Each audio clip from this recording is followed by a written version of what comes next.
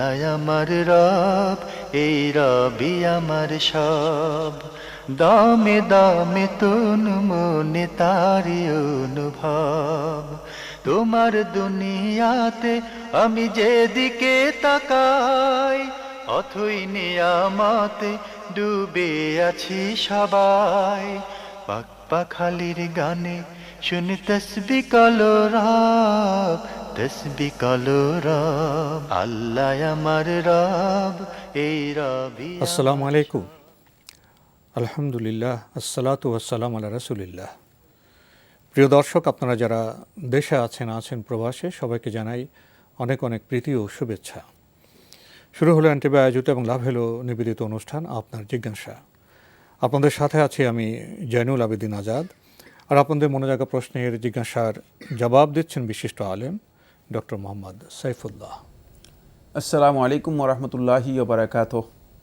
প্রিয় দর্শক, চলুন তাহলে জিজ্ঞাসার জগতে শুরুতে একটি ইমেল পাঠিয়েছেন আনোয়ার হোসেন কুমিল্লার দৌলতগঞ্জ থেকে। লিখেছেন, ক্রেতা ও বিক্রেতা উভয়ে যদি সত্য কথা বলে এবং দোষ ত্রুটি বর্ণনা করে দেয়, তবে তাদের কেনাবেচায় বরকত হবে। আর যদি তারা কেনাবেচার মধ্যে মিথ্যার আশ্রয় নেয় এবং দোষ ত্রুটি গোপন রাখে, তবে তাতে বরকত থাকবে না। আপনি মুসলিম শরীফের 3750 নম্বর হাদিসের কথা উল্লেখ করেছেন। এটি কি সহি হাদিস, জানাবেন? ধন্যবাদ। সহি হাদিস সহি মুসলিমের মধ্যে এসেছে। সহি মুসলিমের যতগুলি রেওয়ায়ত রয়েছে সবগুলি সহি। সহি মুসলিম, ইমাম মুসলিম রহমতুল্লাহ আলাই সহি নয় এমন কোনো সংকলন তিনি করেননি, সুতরাং এটা একেবারেই বিশুদ্ধ হাদিস। জি, আমরা জানলাম এই সহি হাদিসটি সম্পর্কে। প্রিয় দর্শক, আমাদের হাতে একটি চিঠি পাঠিয়েছেন আব্দুল রাব, মিরপুর, ঢাকা থেকে। লিখেছেন, Your program is very essential in Muslim society. I always watch your program. I request you to reply my question accordingly to the Quran. Many people are earning a lot of illegal money in our society. They are liar, miscreant, dishonest, corrupted, and killer. But sometimes they perform salat and siyam. My question is, number one, will Allah accept the salat and siyam? Please show the document of the Quran. Number two, will they go to Jannah at the last moment? প্রথম কথা হচ্ছে, কে জান্নাতি এবং কে জাহান্নামী এটা নির্ধারণ করার দায়িত্ব আমাদের নয়।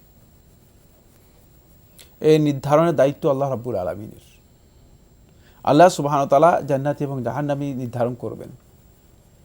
আমরা শুধুমাত্র শরীয়তের বিধান বলতে পারি। শরীয়ত যে কাজের জন্য তাদেরকে জাহান্নামের কথা বলেছেন, শাস্তির কথা বলেছেন, সেগুলো আমরা বলতে পারি। এই কাজগুলো জান্নাতের না জাহান্নামের কাজ? জাহান্নামের কাজ, এটা আমরা বলতে পারি। বাকি জান্নাতি এবং জাহান্নামী এই বক্তব্য আপনি যেভাবে বলেছেন, কোথাও আল্লাহ সুবহানাহু ওয়া তাআলা এই কথা বলেন না যে এই লোকটা জাহান্নামী, এরকম কথা কোথাও আসেনি। উলাইকা আসহাবুন নার বলা হয়েছে, তারা জাহান্নামের অধিবাসী হবে। এ কথা বলা হয়নি যে জাহান্নামী, সরাসরি আলাদা বলেন নাই। কেন? কারণ হচ্ছে আল্লাহ সুবহানাহু ওয়া তাআলা কাকে জাহান্নামে দেবেন এটা আল্লাহ তাআলা ভালো জানেন।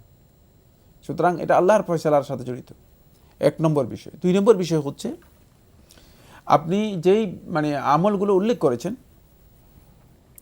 সেগুলোর মধ্যে কিছু আমল আছে যেই আমলগুলো আপনার কি হবে, হয়তো সমস্ত নেক আমলকে বরবাদ করে দিতে পারে। যেগুলো বলা হয় থাকে আল মুহলিকাত, আল মুবিকাত, এমন কাজ যেই কাজের কারণে সমস্ত নেক আমল এমনকি ঈমান পর্যন্ত কি হতে পারে, নষ্ট হয়ে যেতে পারে। যদি এমন আমল হয়ে থাকে তাহলে সে ব্যক্তি জান্নাতি হওয়ার কোনো সম্ভাবনা নেই। কিন্তু কিছু আমল আছে যেগুলো মুবিকাত নয়, কবিরা গুনাহ। কবিরা গুনাহ কিন্তু তার ঈমান আছে, তাহলে তার বিধান কি হবে কিয়ামতের দিন? একেবারেই কোরআনে স্পষ্ট উল্লেখ আছে, ওয়া আম্মা মান সাকুলাত মাওয়াজিনুহু ফাহুয়া ফি ঈশাতির রাদিয়া। আল্লাহ তাআলা বলতেছেন, যার পাল্লা ভারী হবে, এর অর্থ কি? তাহলে বোঝা গেল অপোজিটে কি আছে? গুনাহ আছে, গুনাহ আছে, খুব স্পষ্ট কথা। কিন্তু তার হয়তো পূর্ণ সওয়াব বেশি। হ্যাঁ, সওয়াব বেশি। এখানে কি অর্থ দাঁড়িয়েছে? একেবারে স্পষ্ট কোরআনে, ওয়া আম্মা মান থাকুলাত মাওয়াজিনুহু ফাহুয়া ফি ঈশাতির রাদিয়া, তাহলে সে আনন্দময় জীবন লাভ করতে, আনন্দময় জীবন পাবে, অর্থাৎ জান্নাত পাবে। আনন্দময় জীবন এখানে জান্নাতের দিকে করা হয়েছে। ওয়া আম্মা মান খাফফাত মাওয়াজিনুহু ফাউম্মুহু হাওিয়া, আর যার পাল্লা কি হয়ে যাবে? হালকা হয়ে যাবে, নেকের পাল্লা যেটা রয়েছে সেটা হালকা হয়ে যাবে। তাহলে বোঝা গেল যে গুনাহ ওজন করা হচ্ছে।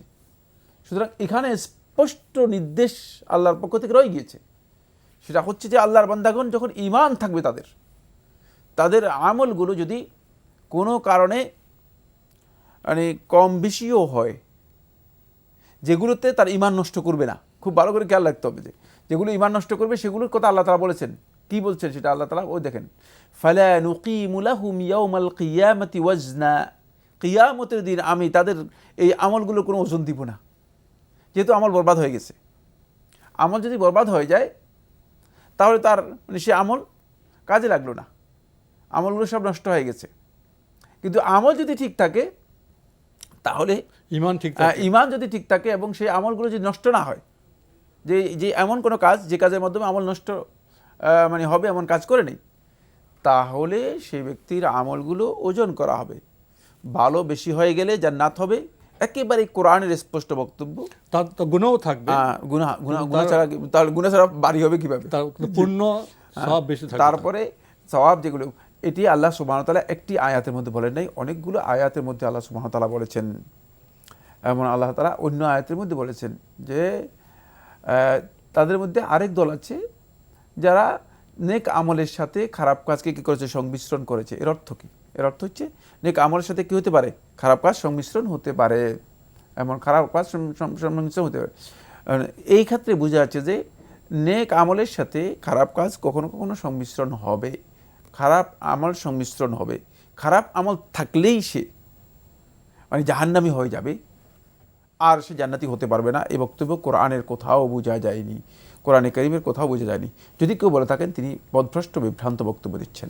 আরেকটি প্রশ্ন এরকম যে কিছু উনি দোষের কথা বলেছেন, মিথ্যাবাদী, দুষ্কৃতিকারী, অসৎ এবং হত্যাকারী, এদের কি সালাত এবং সিয়াম আল্লাহ কবুল করবেন? আল্লাহ সুবহানাহু ওয়া তাআলা ভালো জানেন আল্লাহ রাব্বুল আলামিন কবুল করবেন কিনা। কিন্তু এখানে খেয়াল রাখতে হবে যেটা, সেটা হলো এই সালাত এবং সিয়াম ইবাদতের সাথে যে কথাগুলো উল্লেখ করেছেন এগুলোর কি নেই, মিল নেই, তো যায় না। মিল নেই। আপনি যেটা বলেছেন এটা ভাওতাবাজির কথা, এগুলোর সাথে ইসলামের কোনো সম্পর্ক নেই। যিনি সালাত পড়বেন তিনি কাজ করতে পারবেন না, অন্যায় এবং অশ্লীল কাজ করতে পারেন না, তিনি তো দুর্নীতিবাজ হতে পারেন তিনি না, মানুষকে হত্যা করতে পারেন না, প্রশ্নই আসে না। সুতরাং মানে এই কথাগুলো হয়তো সে বাহ্যিক সালাত পড়ছে কিন্তু আসলে সালাতের কোনো কাজ তার হচ্ছে না। সুতরাং সালাত কবুলের মাসালা এখানে আসবেই না, কারণ আল্লাহ ভালো জানেন তিনি কারটা কবুল করবেন, আমরা কিভাবে বলবো না। কিন্তু এর অর্থ এই নয়, এই কথা থেকে এই লোক কি বুঝাচ্ছেন, এই লোক কি বুঝাচ্ছেন যে তাহলে এই ব্যক্তি সালাত আদায় করবে না, সিয়াম আদায় করবে না। সালাত আদায় করলে সালাতের আদায় না করার যেই শাস্তি রয়েছে সেই শাস্তি থেকে সে কি হয়ে যাবে? মাপ পেয়ে যাবে।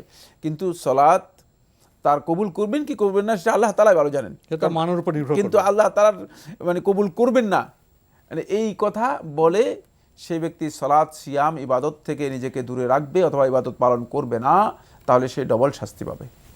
আমরা কিভাবে বলবো কার সালাত কার সিয়াম আল্লাহ কবুল করবেন না করবেন? আমাদের কাজ তো কাজ করে যাওয়া, সালাত আদায় করা, সিয়াম পালন করা। প্রিয় দর্শক, আমাদের হাতে একটি চিঠি, দীর্ঘ চিঠি, অনেক প্রশ্ন। এই চিঠিটি পাঠানো হয়েছে মিফতাহুল জান্নাহ, পাটের বাগ, ঢাকা থেকে। আপনি লিখেছেন, কিয়ামতের দিন ও জান্নাতে আলেমদের কি মর্যাদা আছে ও কি ফজিলত পাবে? একজন দাওয়া পাশ করা নারী কিন্তু আকীদা সহি, সে চেষ্টা করে সেই হাদিসের উপর আমল করতে, সে কি এই ফজিলতগুলো পাবে যা আলেমরা পাবেন? অবশ্যই আলেমদেরকে আল্লাহ সুবহানাহু ওয়া তাআলা সর্বোচ্চ মর্যাদা দেবেন। ইয়ারফাইল্লাহুল্লাযীনা আমানু ওয়াল্লাযীনা উতুল ইলমা দারাজাত, ঈমানদার এবং যাদেরকে আল্লাহ সুবহানাহু ওয়া তাআলা ইলম দিয়েছেন তাদেরকে আল্লাহ রাব্বুল আলামিন দারাজাত, অনেকগুলো গ্রেড দিবেন। কোরআনে আল্লাহ তাআলা বলেছেন।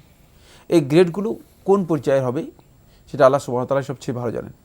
জান্নাতের মধ্যে এই গ্রেডগুলো তারা পাবেন। বাকি এই ক্ষেত্রে যদি কোনো নারী তিনি আলেম হন এবং ইলম অনুযায়ী আমল করে থাকেন, তাহলে তিনি অবশ্যই আলেমের মর্যাদায় অধিষ্ঠিত হবেন। এটাই বাস্তব কথা, এটাই মানে প্রকৃত কথা। কারণ আলেমের জন্য শর্ত নয় যে পুরুষ হলেই আলেম হবে আর নারী হলে সে কী হবে, আলেম হবে না, একথা সত্য নয়। এলমের সাথে যদি আমল থাকে এবং আল্লাহ ভীতি যদি তার মধ্যে থাকে, তাহলে সে ব্যক্তি হচ্ছে আলেম। এবং সে আল্লাহকে যদি সত্যিকার ভয় করে থাকে, তাহলে আলেমের যে মর্যাদা আল্লাহ সুবহানাহু ওয়া তাআলা দেবেন দুনিয়া এবং আখিরাতে, সেই মর্যাদা নর নারী নির্বিশেষে সবাই সেই মর্যাদা আল্লাহ রাব্বুল আলামিনের কাছে লাভ করতে পারবে। আর আলেম হতে গেলে কি প্রাতিষ্ঠানিক শিক্ষাটা বাধ্যতামূলক? প্রাতিষ্ঠানিক শিক্ষার বাইরে কি কেউ আলেম হতে পারে না জ্ঞান চর্চার মাধ্যমে? আলেমের সাথে প্রতিষ্ঠানের কোনো সম্পর্ক নেই। আলেম হওয়ার জন্য শর্ত নয় যে প্রতিষ্ঠান অর্জন। আলেম অর্জনের জন্য শর্ত হচ্ছে তাকে অবশ্যই কোরআন এবং হাদিস পরিপূর্ণরূপে বুঝার মতো যোগ্যতা তার থাকতে হবে। এই বুঝার যোগ্যতা যদি তার মধ্যে থাকে, সে আলেম, অন্যথায় আলেম নয়। আপনি লিখেছেন, বাবা অফিসে গেলে মাই সন্তানদের লালন পালন করে, মা কি মানব কল্যাণের যা ফজিলত সেই হাদিসে আছে, এক্ষেত্রে তা পাবে? সন্তান লালন পালনের জন্য মা অবশ্যই ফজিলত পাবেন, কোনো সন্দেহ নেই। সেক্ষেত্রে মা সন্তানের লালন পালনের দায়িত্ব পালন করছেন, এই জন্য তিনি অনেক বড় মর্যাদা পাবেন, কোনো সন্দেহ নেই। আর যদি এই সন্তানকে তিনি সত্যিকার আল্লাহর একজন নেক বান্দা হিসেবে তৈরি করতে পারেন, তিনি সেই ফজিলতে অন্তর্ভুক্ত হবেন। জি, লিখেছেন, যে কোনো ভালো কথা বললে কি মানব কল্যাণের ফজিলতগুলো পাওয়া যাবে? যেমন একজনকে বললাম, এই কোম্পানিতে জব করলে অনেক ফ্যাসিলিটি পাওয়া যায়, এখানে অ্যাপ্লাই করো। মানব কল্যাণের বিষয়টি আরেকটি। আর এই ধরনের উপদেশগুলো যেগুলো আছে, কুল্লু মারুফিন সাদাকা, প্রত্যেকটা ভালো কথাই সাদাকা। অবশ্যই এর জন্য আপনি সদকার ফজিলত পাবেন, কোনো সন্দেহ নেই। জি, লিখেছেন, অধিক পরিমাণে কি পরিমাণে দরুদ মানুষ পড়ে এই দুনিয়াতে, তা কি ইসলামিক স্কলারদের জীবনী পড়ে জানা যায়? না, এ ধরনের কোনো বিষয় স্পষ্ট করে জানা যায়নি। তবে আমরা জানি যে স্কলারগণ রাসূলুল্লাহ সাল্লাল্লাহু আলাইহি ওয়াসাল্লামের উপর অনেক বেশি দরুদ পড়তেন। এর অর্থ হচ্ছে সময়ের কেউ মানে বহুলাংশই ব্যয় করতেন রাসূলুল্লাহ সাল্লাল্লাহু আলাইহি ওয়াসাল্লামের উপর দরুদ পাঠের মাধ্যমে। তাই এক্ষেত্রে এটা নির্ভর করছে, আধিক্য নির্ভর করবে সময়ের সাথে। যেমন আপনি যদি 24 ঘন্টার মধ্যে আল্লাহ নবী সাল্লাল্লাহু আলাইহি ওয়াসাল্লামের পর 1 ঘন্টা 2 ঘন্টা 3 ঘন্টা দরুদ পড়েন, তাহলে এটা অধিক হলো না। 24 ঘন্টার মধ্যে যদি আপনি আপনার কাজের কর্মতৎপরতার সময়ের বেশিরভাগ সময়, যেমন 8 ঘন্টা 9 ঘন্টা যদি দরুদ পড়লেন, তাহলে অবশ্যই আপনি অধিক সময় দরুদে কাটালেন। এটা হচ্ছে মূলত অধিক পরিমাণে দরুদ পড়া। এক্ষেত্রে ইবাদতের মৌলিক বিষয় হচ্ছে রাসূলুল্লাহ সাল্লাল্লাহু আলাইহি ওয়াসাল্লামের উপর যত বেশি দরুদ পড়বে, তত বেশি তিনি সেই ফজিলত বা মর্যাদা লাভ করতে পারবেন। লিখেছেন, নারীরা সংসারের কাজ করে, পরিবারের সদস্যদের অনেক কাজ করে, যেমন স্বামীর জুতা মুছে দেওয়া, এজন্য কি তারা মানব কল্যাণের ফজিলত পাবে? মানব কল্যাণ একটি আলাদা বিষয়, আর পারিবারিক কাজগুলো আলাদা বিষয়। পারিবারিক কাজগুলো সহযোগিতা করার জন্য ইহসানের সওয়াব পাবেন আপনি। এটা হলো ইহসান। আপনি স্বামীর জুতা মালিশ করে দিয়েছেন, অথবা জুতা পরিষ্কার করে দিয়েছেন, অথবা কাপড় ধুয়ে দিয়েছেন, অথবা পরিবারের অন্য লোকদেরকে সহযোগিতা করছেন। ইন্নামা হাযিহি মিনাল ইহসান, এগুলো হচ্ছে ইহসানের অন্তর্ভুক্ত। পরিবারের সদস্যরা তো পরস্পরকে সাহায্য করবে। আপনি স্বামীর কিছু সাহায্য করবেন, স্বামীও আপনার সাহায্য করলেন, সন্তান আপনাদের কিছু কাজ করে দিবেন, আপনার সন্তানের কাজ করবে, এগুলো ইহসান, পারস্পরিক সহযোগিতা। মানব কল্যাণ বিভ্রাট এখানে এসে যুক্ত হয়েছে। এটা আলাদা বিষয়। জি জি। আমরা বিষয়টি স্পষ্ট করার চেষ্টা করলাম। প্রিয় দর্শক, আপনি আরও লিখেছেন, জান্নাতীরা কি জান্নাতে চিরস্থায়ী জীবন পাবেন, নাকি একসময় তারা বিলুপ্ত হয়ে যেতে পারেন যদি আল্লাহ ইচ্ছা করেন? আল্লাহর বক্তব্য থেকে কি বোঝা যায় তিনি কি অন্য কিছু করবেন? আল্লাহ সুবহানাহু ওয়া তাআলা কোরআনে কারিমে কোথাও এই ধরনের বক্তব্য দেননি যে আল্লাহ সুবহানাহু ওয়া তাআলা মানে জান্নাতীদেরকে আবার মানে বিলুপ্ত করে দেবেন। সুতরাং আন্দাজে তো কথা বলার সুযোগ নেই। এই সংশয় কেন? আল্লাহ তাআলার ইচ্ছা সম্পর্কে আমাদের তালাশ করা, আমি মনে করে থাকি যে ধৃষ্টতা ছাড়া আর কিছুই না। আমরা এতটুকু জানি যে আল্লাহ সুবহানাহু ওয়া তাআলা জান্নাতীদের ব্যাপারে বলেছেন খালিদিনা ফিহা আবাদা, তারা স্থায়ীভাবে জান্নাতে প্রবেশ করবে। আর রাসূলুল্লাহ সাল্লাল্লাহু আলাইহি ওয়াসাল্লাম হাদিসে স্পষ্ট করে বলেছেন ইয়া আহলাল জান্নাতি খুলুদুল লা মাউত, হে জান্নাতের অধিবাসীগণ, খুলুদ চিরস্থায়ী জীবন, লা মাউত এরপর আর মৃত্যু নেই। তবে বোঝা গেল যে মৃত্যু কি? সমাপ্তি। মৃত্যুর সমাপ্তি মানে কি? আর নেই, মৃত্যু নেই মানে তাহলে সমাপ্তি নেই। বিলুপ্ত বলতে কি বোঝায়?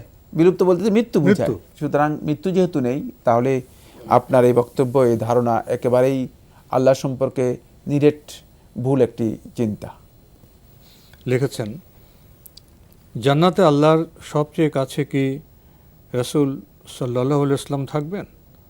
তার সাথে যারা থাকবেন জান্নাতে, তারা কি আল্লাহরও কাছে থাকবেন? একেবারে আল্লাহ রাব্বুল আলামিনের কাছে রাসূলুল্লাহ সাল্লাল্লাহু আলাইহি ওয়াসাল্লাম থাকবেন, এই কথা হাদিস দ্বারা প্রমাণিত হয় কোথাও। রাসূলুল্লাহ সাল্লাল্লাহু আলাইহি ওয়াসাল্লাম জান্নাতের সর্বোচ্চ যে গ্রেড আছে সেই গ্রেডে রাসূল সাল্লাল্লাহু আলাইহি ওয়াসাল্লাম পাবেন। আর ওই গ্রেড নাম হচ্ছে আল ওয়াসিলা। ওয়াসিলার যে গ্রেডটা আছে জান্নাতের মধ্যে, এটা ফেরদাউসুল আলা এর উপরে, এবং ওয়াসিলার এই গ্রেড রাসূলুল্লাহ সাল্লাল্লাহু আলাইহি ওয়াসাল্লামের জন্য বরাদ্দ করা হয়েছে। রাসূলুল্লাহ সাল্লাল্লাহু আলাইহি ওয়াসাল্লাম হাদিস থেকে এটা বোঝা যায়। আরজু আন আকুনা মানে হুয়া, মানে আমি আশা করি যে আমি সেই হব। রাসূল সাল্লাল্লাহু আলাইহি ওয়াসাল্লাম এটাই বলছেন। যে মানে এখান থেকে বোঝা যাচ্ছে যে রাসূলুল্লাহ সাল্লাল্লাহু আলাইহি ওয়াসাল্লামের জন্য ওই গ্রেডটা আল্লাহর পক্ষ থেকে বরাদ্দ, আল ওয়াসিলার গ্রেডটা। বাকি ওয়াসিলার গ্রেডটা জান্নাতুল ফেরদাউস হচ্ছে একেবারেই সর্বোচ্চ, জান্নাতের সর্বোচ্চ স্টেজ। এর উপর জান্নাতুল ফেরদাউসের উপরে কিছু গুরাফ আছে, হাদিস দ্বারা প্রমাণিত হয়েছে, কোরআনেও এসেছে। তারপরে সম্ভবত মানে আল্লাহ রাব্বুল আলামিন সর্বোচ্চ গ্রেডে রেখেছেন আল্লাহ রাসূল সাল্লাল্লাহু আলাইহি ওয়াসাল্লামের ওয়াসিলাকে, এবং এরই উপর আল্লাহ সুবহানাহু ওয়া তাআলা আরশ। বাকি আল্লাহ সুবহানাহু ওয়া তাআলা বাকিটাই জানেন। এটা আমাদের কাছে যতটুকু জ্ঞান আছে বা যতটুকু আমরা কোরআন এবং হাদিস থেকে জেনেছি এতটুকু, এর বাইরে অ্যাকচুয়াল অতিরিক্ত কথা বলা কারোর জন্য জায়েজ নেই। আজানের পর আমরা যে দোয়া করি, আমাকে সেখানে এই ওসিলার কথাই বলি না, মাকাম মাহমুদ আর ওসিলা দুটো ভিন্ন জিনিস। ওসিলা হচ্ছে জান্নাতে, আর মাকাম মাহমুদ হচ্ছে মাহশারে, হাশরের ময়দানে। হাশরের মধ্যে। জি, আমরা জানলাম বিষয়গুলি সম্পর্কে। প্রিয় দর্শক, আপনি আরও লিখেছেন, রাসূল সাল্লাল্লাহু আলাইহি ওয়াসাল্লামের সাথে যারা জান্নাতে থাকবেন, তারা কি হাফেজদের থেকেও বেশি মর্যাদা পাবেন? হাফেজদের জান্নাতে মর্যাদার কথা যেভাবে উল্লেখ করা হয়েছে, সেখানে তাদের জন্য আল্লাহ রাসূল সাল্লাল্লাহু আলাইহি ওয়াসাল্লাম যেটি বলেছেন সেটা হলো তারা কোরআন এর মাধ্যমে গ্রেড পাবে, কিন্তু রাসূলুল্লাহ সাল্লাল্লাহু আলাইহি ওয়াসাল্লামের সাথে থাকবেন এটা বলা হয়নি। আর জান্নাতে রাসূলুল্লাহ সাল্লাল্লাহু আলাইহি ওয়াসাল্লামের মুরাফাকা যারা পাবেন, সাহায্য যারা পাবেন, তারা তো সর্বোচ্চ গ্রেডে চলে গেছেন, মানে ও সর্বোচ্চ গ্রেডে মুরাফাকা পাবেন। সুতরাং হাফেজদের মর্যাদা এখানে মানে কম্পারেটিভ তুলনামূলক আলোচনার কোনো স্টেজ নেই। এই বিষয়গুলো আমি মনে করে থাকি যে মুগাইয়াবাতের কোনো বিষয়কে, অদৃশ্য জ্ঞানের কোনো বিষয়কে বিবেক বিবেচনায় নিয়ে আসা এবং বিবেকের মাধ্যমে এটাকে আন্দাজ অনুমান করার জন্য চেষ্টা করা, এটা হচ্ছে খালি চোখে আকাশের তারকাগুলো গণনা করার মতো। এটি কোনোদিন সম্ভব নয়, অসম্ভব কাজ, এটা ভুল কাজ। এগুলো আনসিন নলেজ, এগুলো সম্পর্কে রাসূলুল্লাহ সাল্লাল্লাহু আলাইহি ওয়াসাল্লাম যতটুকু রাসূল সাল্লাল্লাহু আলাইহি ওয়াসাল্লামকে জানানো হয়েছে ততটুকু তথ্য দিয়েছেন। এর বাইরে এক যাররা পরিমাণ, একেবারেই সামান্য পরিমাণ, অনুপরিমাণ রাসূলুল্লাহ সাল্লাল্লাহু আলাইহি ওয়াসাল্লাম ইনফরমেশন দেন নেই। সুতরাং আমরা কীভাবে কৃষি ভিত্তিতে এগুলোকে আন্দাজ করব, অনুমান করব? অনুমান করার মুগাইয়াবাতের ক্ষেত্রে অনুমান, আন্দাজ, কিয়াস একেবারেই হারাম, প্রশ্নই আসে না। যেহেতু এগুলো গায়েবের বিষয়, এগুলো যতটুকু আমরা জানি ততটুকুই বলতে পারি, এর বাইরে কোনো কথা বলা জায়েজ নেই। এখন আপনি কম্পারেটিভলি যারা মুরাফাকাতুর রাসূল সাল্লাল্লাহু আলাইহি ওয়াসাল্লামের সাহায্য পেয়েছে তারা, আর হাফেজরা তারা জান্নাতের মধ্যে এরা কতটুকু দূরে থাকবে, কি কাছাকাছি থাকবে, এগুলো আন্দাজের উপর কিভাবে কম্পারেটিভলি আমরা বলবো, প্রশ্নই আসে না। তো আজকে আমাদের এখানে শেষ করতে হচ্ছে। আপনাকে অনেক ধন্যবাদ। আপনাকে অনেক ধন্যবাদ। প্রিয় দর্শক, আমরা দেখছিলাম এনটিভি আয়োজিত এবং লাভ হলো নিবেদিত অনুষ্ঠান আপনার জিজ্ঞাসা। আমাদের এই অনুষ্ঠান আপনারা এনটিভি অনলাইনেও দেখতে পারবেন, ভিজিট করুন www.ntv.bd.com। এছাড়া ইউটিউবে এবং আমাদের ভেরিফাইড ফেসবুক পেজে অনুষ্ঠান দেখতে পারবেন। অনেক প্রশ্ন পাই, অনেক প্রশ্ন আমাদের আনন্দিত করে, সমাজকে সমৃদ্ধ করে। অনেক প্রশ্ন আপনারা পাঠান, কষ্ট করে পাঠান, আমরা আপনাদের সম্মান করি। সেসব প্রশ্নটা আমরা জবাব দেওয়ার চেষ্টা করি, যেগুলো খুব বেশি জীবন ঘনিষ্ঠ নয়, গুরুত্বপূর্ণ নয়। গায়েবের প্রশ্ন করলে আমরা কোত্থেকে জবাব দেব? অনেক প্রশ্ন এতটাই কৌতূহল উদ্দীপক হয়ে ওঠে যেটা বাস্তব জীবনকে মোটেও স্পর্শ করে না। টেলিভিশনে এই সংক্ষিপ্ত সময়ে আমরা জীবন ঘনিষ্ঠ কী কী প্রশ্ন করব, কোন প্রশ্ন করব, এসব প্রশ্ন নির্বাচনের ক্ষেত্রে কি আমাদের আরেকটু সচেতন হওয়া প্রয়োজন নয়? এই প্রশ্ন রেখেই আজকের অনুষ্ঠান শেষ করছি। চিঠি লিখুন, প্রশ্ন পাঠান আমাদের ঠিকানায়। পরিচালক আপনার জিজ্ঞাসা এনটিভি, বিএসসিসি ভবন, 7ম তলা, 102 কাজী নজরুল ইসলাম অ্যাভিনিউ, কারওয়ান বাজার, ঢাকা 1215। ইমেল অ্যাড্রেস আপনার জিজ্ঞাসা @ntvbd.com। প্রিয় দর্শক, মহান আল্লাহ আমাদের সবাইকে নিরাপদে রাখুন, রাখুন শান্তিতে। আসসালামু আলাইকুম। আল্লাহ আমার রব, এই রবি আমার সব, দামে দামে তুন মনে তারি অনুভব। আল্লাহ আমার রব, এই রবি আমার সব।